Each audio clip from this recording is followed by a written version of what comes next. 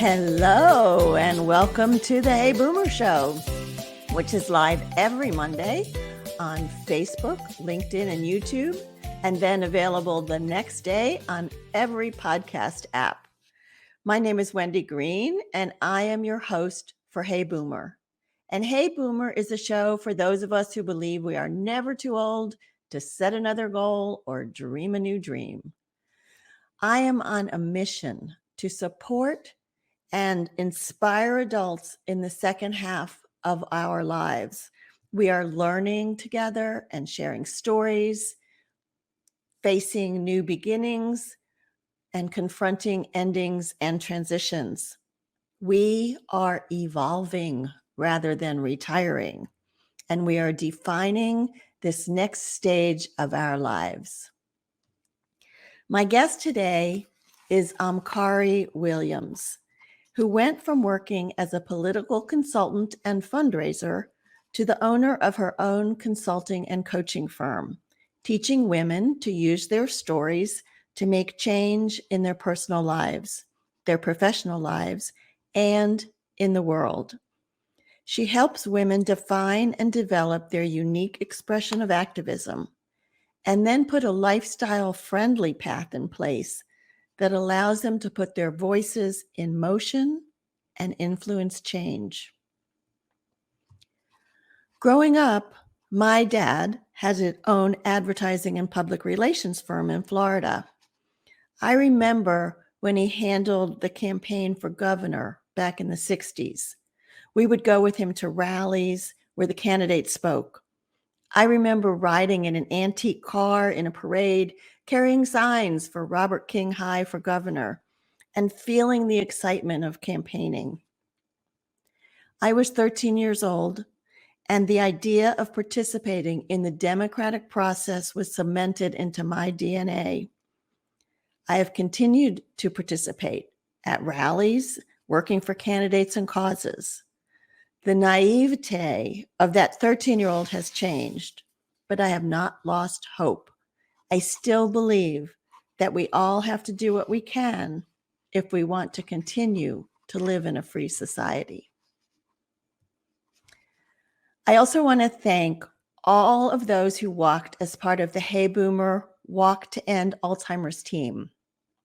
We had David and Doris and Scott and Anne and Joyce and Al and Prudence and Janet and Kathy and Byron. And we had our California team, Melanie and her friends. So thank you to all who donated that were unable to walk. And thank you to all the walkers. The pictures are all up on Facebook. And I want to keep this walking momentum going and celebrate Grandma Gatewood's 3-time through hike of the Appalachian Trail. First, at the age of 67, and her final hike at the age of 76.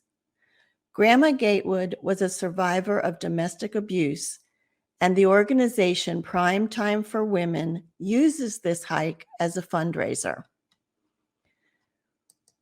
This year, the money raised will support breast cancer awareness in the Cumberland Valley. So join Hey Boomer in supporting Primetime for Women. We're going to take a 2-mile hike at Carrick Creek in Table Rock on Sunday, October 23rd. To register, it's just $25 to support their work, and you can register at primetimeforwomen.org/donations/virtual-hike-registration. And if you didn't get that, you can always drop me an email and I'll send it to you. Send me an email at wendy@heyboomer.biz. So let's go. Let's keep walking. And with that, let us meet Omkari. Hi, Omkari. Hi, Wendy. Thank you for joining us today. Oh, thank you so much for having me. I'm really pleased to be here. Thanks. Let me give them a brief bio from you. Okay.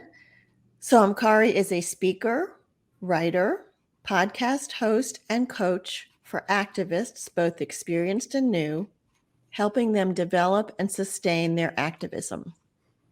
Omkari says our stories are bridges between us and others and are foundational in creating societal change. When we learn how to leverage the power of our collective stories, we can create meaningful change and help bring justice to the world. On her podcast, Stepping into Truth, she interviews people doing activist work in areas from abortion rights to zero plastic waste. And her writing has been featured online in Elephant Journal, My Empowered World, Women for One, and Tattooed Buddha, and in print at Savannah Magazine and Paprika Southern. And I am so honored to have you here. So I'd like to start by having you tell us a little bit about how you initially got involved in politics and activism, and then what facilitated your move into becoming more of an activist coach? Well, my involvement in politics, I mean, there are two ways to look at that. I grew up with a father whose work was humanitarian relief. And when you grow up with a dad who's a humanitarian, your understanding of the world is probably a bit different than that of your peers, because all around me were conversations and stories about situations in the world and how we were engaging with them and how politics mattered, because the decision makers are the ones who chart our course.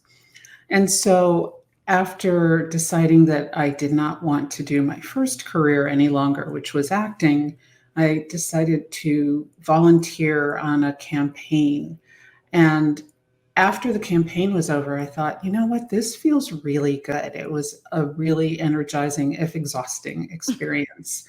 And I just kept doing it. And I started raising money for pro-choice Democratic candidates. And that felt really good until it didn't. And the shifting point for me with that was the Citizens United decision, when unlimited money just poured into politics, because that is the way of traditionally, the more money you put into something that comes from unregulated sources, the more corrupt it's going to be. And I feel like we have seen how that has borne fruit here in the United States, and it's deeply dangerous to democracy.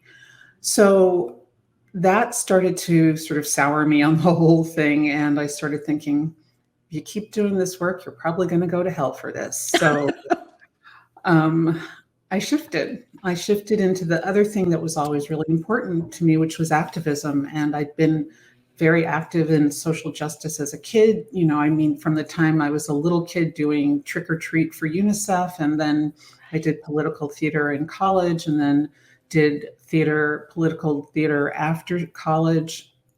It always felt like what was required is to do what you can do. And even though I had a career as an actor, and even though I had a career as a fundraiser, I am personally an introvert.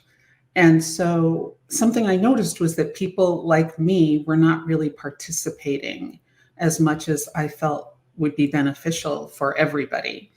And I started thinking about that and asking some of my introvert friends about that. And mostly what I heard was they had an idea of activism that didn't include them. And that's not how I see it. So now my work is really to show people who identify as introverts or highly sensitive how they can make activism a part of their life in a way that is sustainable for them.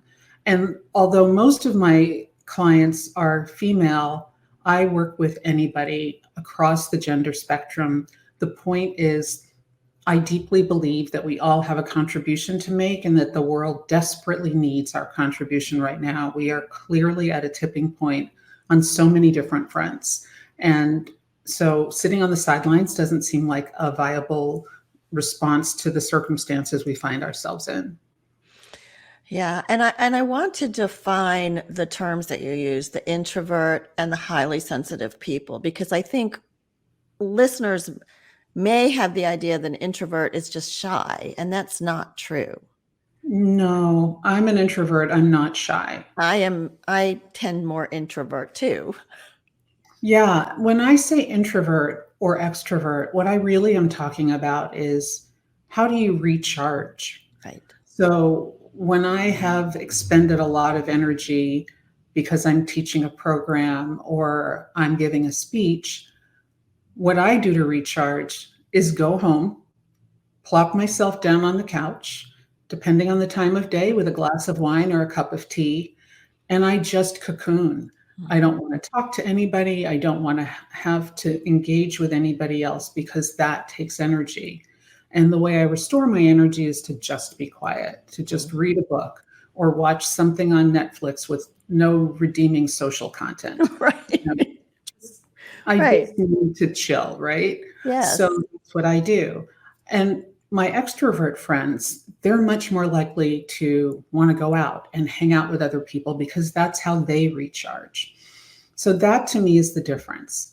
And then when I talk about highly sensitive, I'm really talking, I mean, another word would probably be empath, right? People who walk into a room and can feel the energy of the room really clearly, and they, if they are not careful, kind of take on everybody else's energy. And that can be, well, it's not can be, that's exhausting.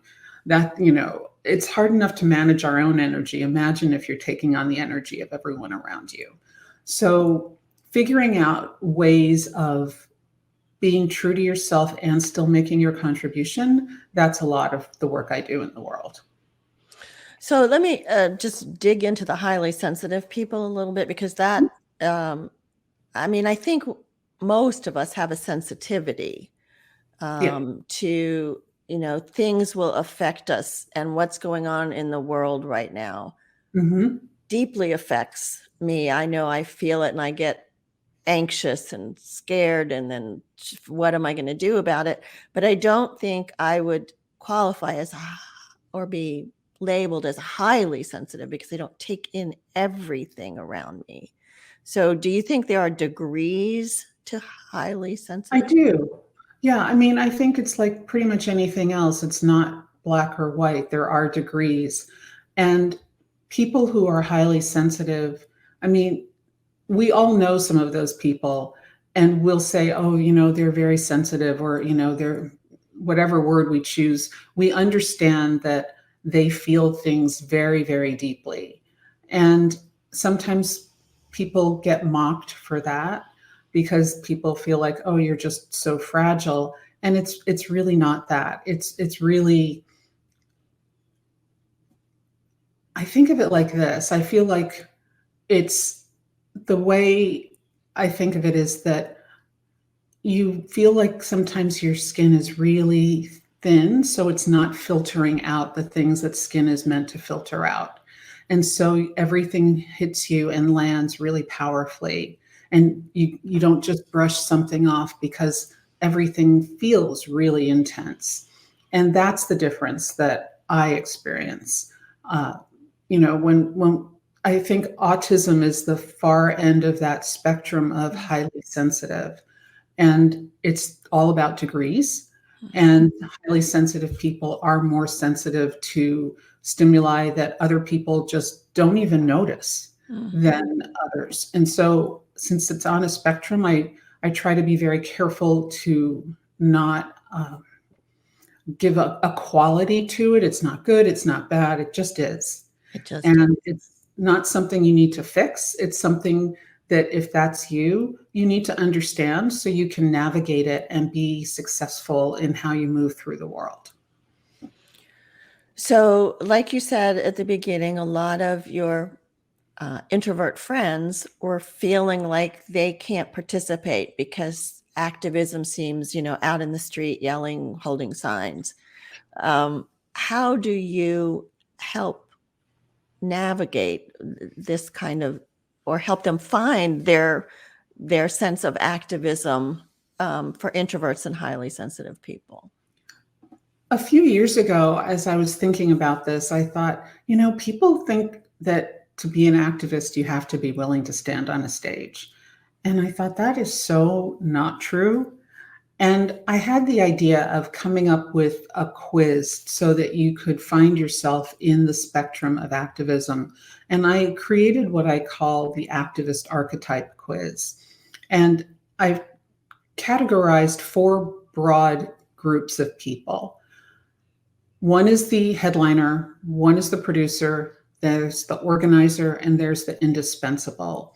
And these 4 types really sort of span the gamut as I understand it with activism. So the headliner is obvious, that's the person standing on the stage who's making the speech or whose face is the front of a movement. The producer, I think of that as the person who's behind that person on the stage, and they're sort of making sure that all of the pieces are in play. I mean, here's where my acting background comes in. It's like, oh, it's like a movie.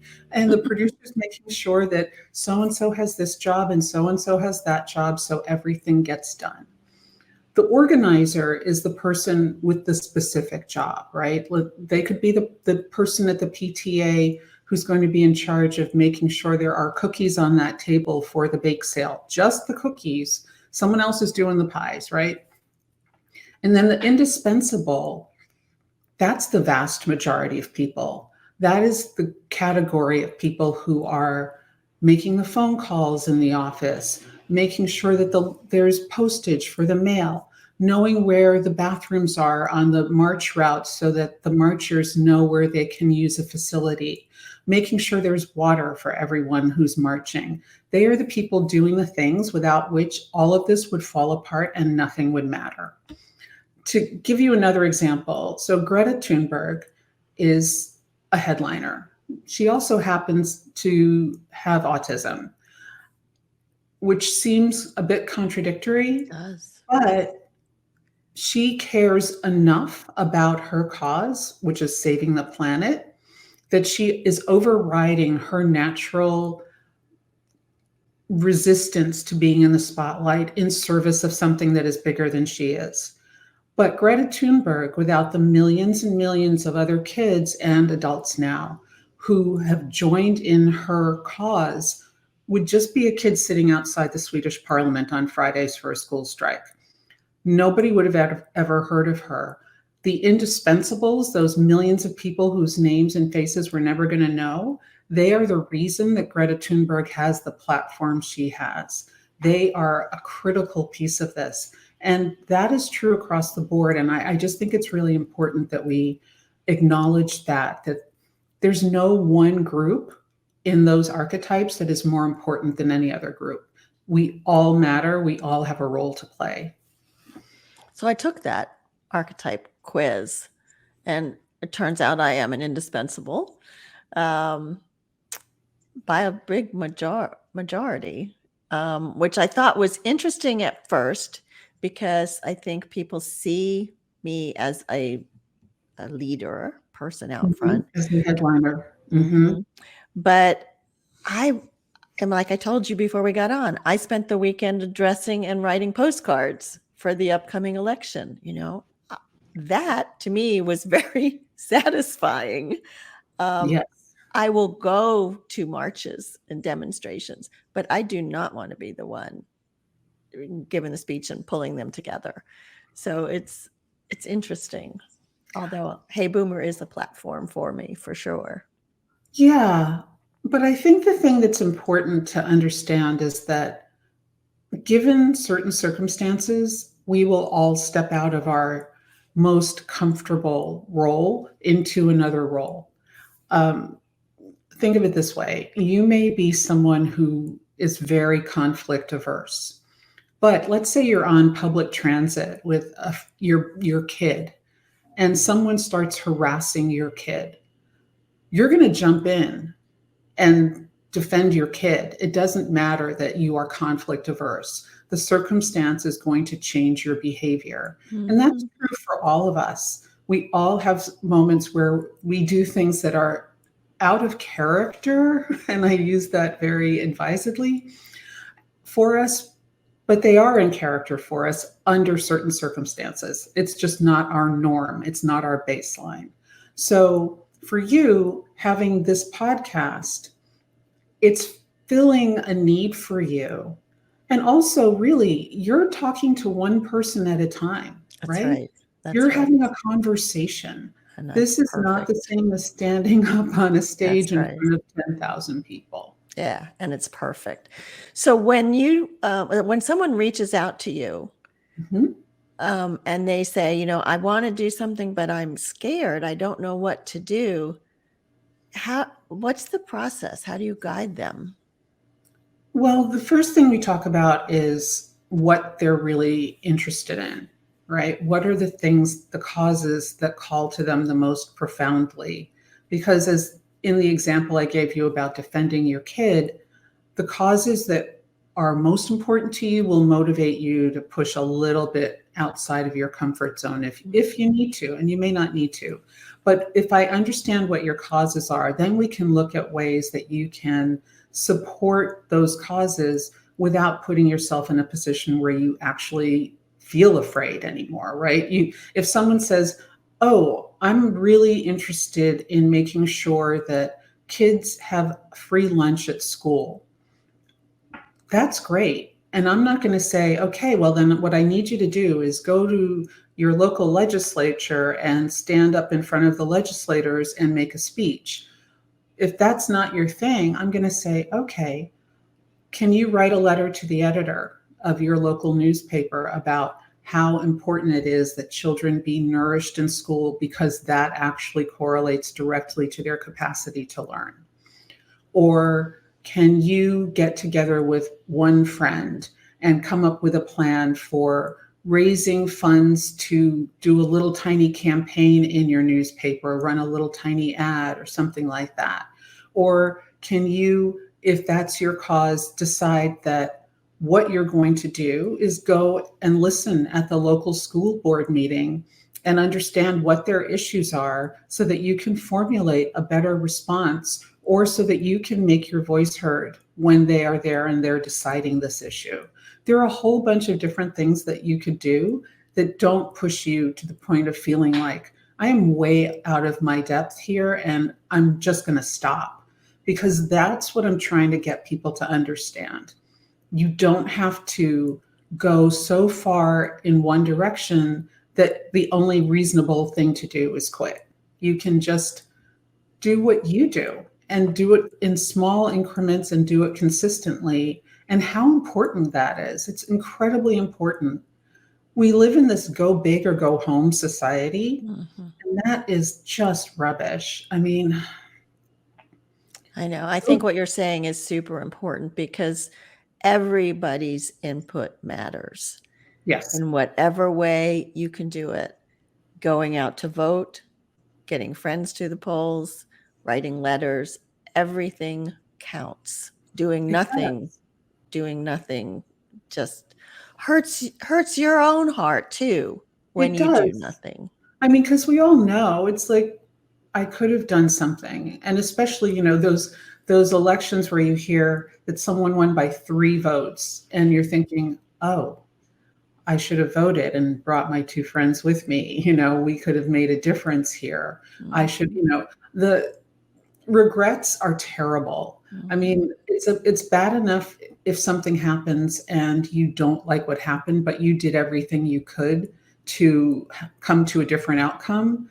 But if you didn't do anything and something Right. bad happens, there's this feeling of sort of irresponsibility is, I guess, Mm-hmm. the best way I could describe it. And that's what I'm trying to have people avoid feeling, is that regret that comes from not having taken responsibility for making the contribution that you can make and that only you can make. Yeah, you know I like that.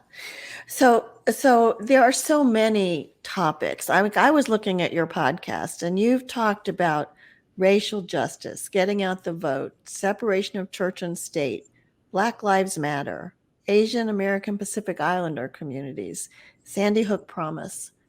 There are so many ways people could get involved and make a difference that sometimes, Omkari, it gets overwhelming. We just feel like there's so much. How do I what do I do? I so wish there were fewer choices, but here we are. So The thing that I do in my classes and in my private work with people is I have them use what I call my Noah's Ark rule. And my Noah's Ark rule is that you only get to choose one or at most two causes to focus on at any given time. We are individuals, we have limited time, we have limited resources of time, energy, and money, and we need to be able to spend those resources wisely. And if you're working on more than one or two things, you're probably spreading yourself way too thin. I mean, the people I talk to on my podcast, they focus and they make an impact because they focus. You mentioned Sandy Hook Promise, and that is one of the episodes that really sticks with me. I mean, Sandy Hook happened not that far from where I am, and it was a terrible, terrible, terrible day. And there have been relatively few days since then that it hasn't come up in my consciousness in some way because of our epidemic of gun violence. Mm-hmm. And Sandy Hook Promise was founded by two parents of children who were murdered in Connecticut that day. And this is their focus. This is what they do. They work on this issue. And they've been incredibly successful in getting children to understand how to identify the warning signs of violence and then be able to report it to authorities or, teachers, parents, whomever, and get help for the student before something catastrophic happens. And it's such an incredibly important thing. But then, I also have people who are doing work on very small things that most of us don't think about. I interviewed someone whose issue is the ocean and protecting the ocean. And what I realized the more I interviewed different people was there are 8 billion people on the planet, and there are as many permutations of major causes as there are people. So we can pick our thing and we can rest comfortably knowing that of the 8 billion people, someone else is doing everything, right? There's nothing that is falling through the cracks because we're all interested in different things. So we can actually focus our efforts. And when we do that, we're giving ourselves the best opportunity to make a real impact. So one or two causes. And then just one other thing about that. When we started putting babies in cages on the southern border of the United States, that honestly was not on my bingo card. And when that showed up, it shifted my focus. And one of my other causes dropped off for a while. It's like, okay, no, I need to work on this.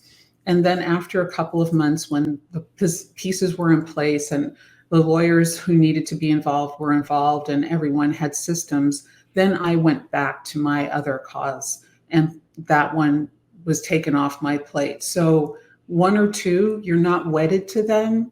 You can shift them up as you need to, but having one or two that you're really dedicated to allows you to dive deep. It allows you to build long and lasting relationships with other people doing the work. And it allows you to just focus and not feel so tapped out at the end of every single day.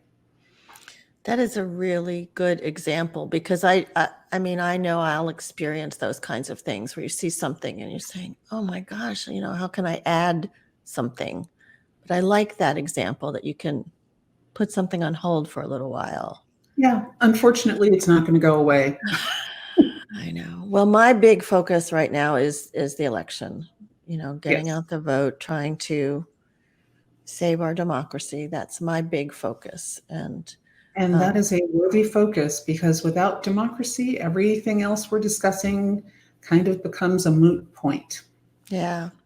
I'd like to suggest another group for you besides introverts and highly sensitive, and that would be much older adults. Like I look at my mother, she's 92, and she still is writing letters to the congressman. She's still writing letters to the editor.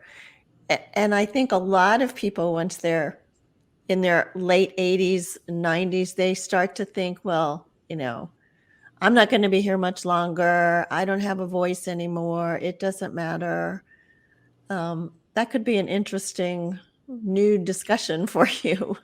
I think so. I think especially because people of that age, my grandmother lived to be 102 and was as sharp as a tack till a couple of days before she died.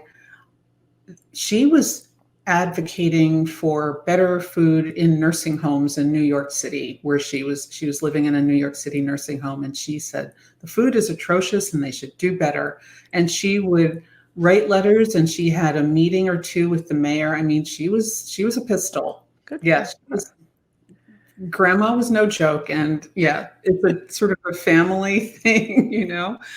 But I think that one of the things that we sometimes forget about people who are older is how much wisdom they have, how much they've seen, and how much they can just let roll off their backs because they have perspective that some of us still don't have. And I think that intergenerational work is incredibly important. So teenagers right on up to octogenarians and beyond that's sort of my idea of who we should be looking to work with and learn from, because they have perspectives that we may not have, and they have a stake in things differently than we do. Mm-hmm. You know, if you're in your 80s or 90s, you might be looking at this and saying, I need my grandchildren and great grandkids to have a decent world. And if you're a teenager, you're looking at this and going, oh God, this is horrifying. I don't want to live on a desert planet. What are we going to do, right? Whatever the cause might be. So I think it's really important to not age discriminate and to actually broaden our groups by bringing in people across the age spectrum. Yeah, and I think when I started this show a few years ago, I was thinking, you know, the kids. I was them. You know, I had that passion that we could do anything. Well, I think as we get older, we start to realize that we can't necessarily do anything, and that there are cycles, right? It's cyclical. And I mean, the cycle we're in now is a pretty scary cycle. And so hopefully we can work our ways through it. But I like that idea. So do you work with organizations that are doing intergenerational work? I do, actually. There's a museum in Philadelphia. It's called the National Liberty Museum. And I have created part of their curriculum for them. And they are working with kids in 4th through 8th grades on activism, really, on being a change maker. And so I've worked with them on that. And I've done also projects with them for educators of elementary school and middle school age students, helping them create ways of engaging their students in activism. And it's part of the work that I really enjoy the most, because kids are amazing, right? They're so smart and they're so dedicated and they're so willing and open in ways that we can sometimes forget to be as we get older. And so it's always a good experience for me to work with kids and have them remind me that just because I had an idea doesn't mean it's necessarily the best idea ever. And I mean, it usually is, but but they might have an idea that knocks mine out of the park, so let's go. Let's see what we can all create together. And I love that. Yeah. And I want to ask you a question about the racial divide, because when I was very involved in the women's movement, it seemed like it was a majority white women.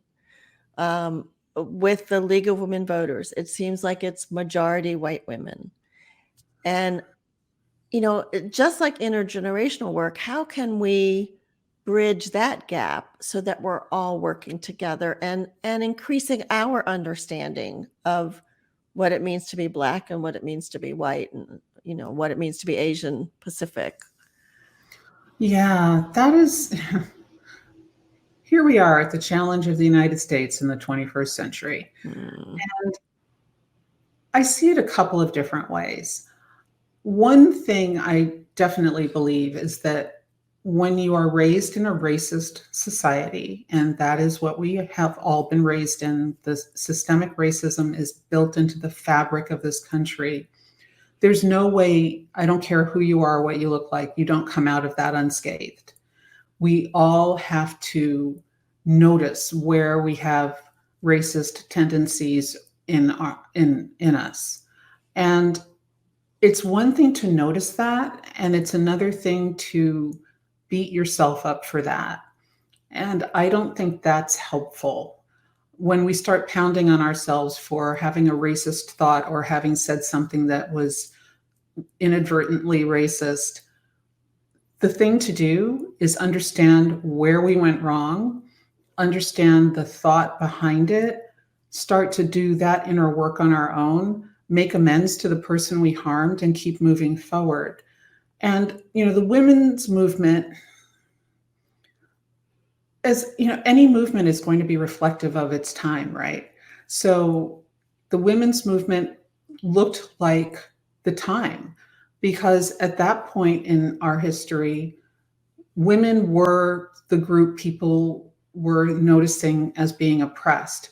But when people thought about women, they thought primarily about white women, because when people thought about people, they thought primarily about white people. Mm. So that shift to what does this mean for women who are not of the dominant culture has been a long time coming. And it's, Black women in the early days of the women's movement spoke to this, but they weren't really heard. And there were so many voices coming from white women. For one thing, it was certainly still a majority white society at that point. But for the other thing is, those were the voices people were accustomed to hearing. And we're starting to break that cycle, but those cycles do not break easily. Someone once said that no man who was sane or sober ever gave up power willingly. And I think that is true. And I think part of what we're grappling with now is being able to be sane and sober and giving up power. I think that is one of the things that is being confronted by white people as they say, maybe it's time for us to take a step back and let other voices come to the forefront. Maybe it's time to start looking at how our will has been imposed without even being aware of it. And I don't find it helpful to beat ourselves up when we make a mistake. I just don't. I think it shuts us down to learning, and it shuts us down to community. But I also don't think that we get a pass for being idiots. And at this point, to pretend that this is not a society where we really need to grapple with race head on is flat out racism itself, or you're just sticking your head in the sand. There's just no way around that, unfortunately. Yeah, well, we certainly are hearing more voices about that now. And those of us who are open to learning are, involved in conversation and reading. And but I think you're right. It's going to take some time to come together. We change fast, humans, we don't change quickly. We change when the cost of not changing becomes too high to tolerate. And that can be as a society or it can be as an individual. But we just need to be realistic about what is and what isn't so. And I feel very strongly that when we look at the conversation that's happening around race, we need to understand that no sane person is blaming anyone alive now for creating this system. The system was in place long before any of us showed up on the planet. But even though we didn't create it, we are responsible to do our part to take it apart, because we know it's not working. We know it's not just. We know it's detrimental not only to individuals, but honestly to the planet itself, because you can literally tie all of our social ills to white supremacy and the belief that some people have that simply by virtue of being white and often male, they get to do whatever they want, take whatever they want from other people, from the planet itself. And that thinking is how we are depleting resources and how we are exploiting other humans and how we are just generally being terrible. I mean, we need to unravel that and create a society that's just, because white supremacy will never, ever, ever work for everyone. It wasn't intended to. Oh, that's true. It was definitely intended to keep certain people in power and certain people down. Including white people down, including less privileged white people. Yeah. Yeah. So if you, how do I want to say this? With the work that you're doing, if you could dream about where this is going to take you in another 10, 20 years, what would that look like for you? My dream would be that every well-meaning person on the planet was involved in some form of activism in some tiny way every single day. They were just doing some little thing, something as small as picking up the trash outside of their office because of their commitment to a healthy, clean environment, or something as big as going and working to clean the ocean. I mean, anything. Just that everyone was doing something, and doing that in the understanding that we are a society that functions best when we are working for the health and well-being of everyone rather than just the privileged few.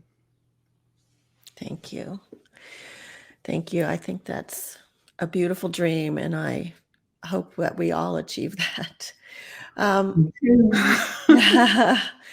Let me show people how they can find your website. So that's Omkari, OMKARI, Williams.com.